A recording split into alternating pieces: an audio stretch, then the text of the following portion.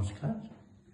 আজকে আমি এই যে আগের দিনে মাঝের আঙুলের শক্তি বাড়ানোর জন্য যে বাণীটা বাজিয়েছি সেইটা নিয়ে একটা ছোট্ট কায়দা 1 নম্বর 2 নম্বর প্যাচ বাজাবো। ধা তি কে না ধা কে না ধা তি কে না তিন না কে না তা তি কে না তা কে না ধা তি কে না তিন না কে না। আবার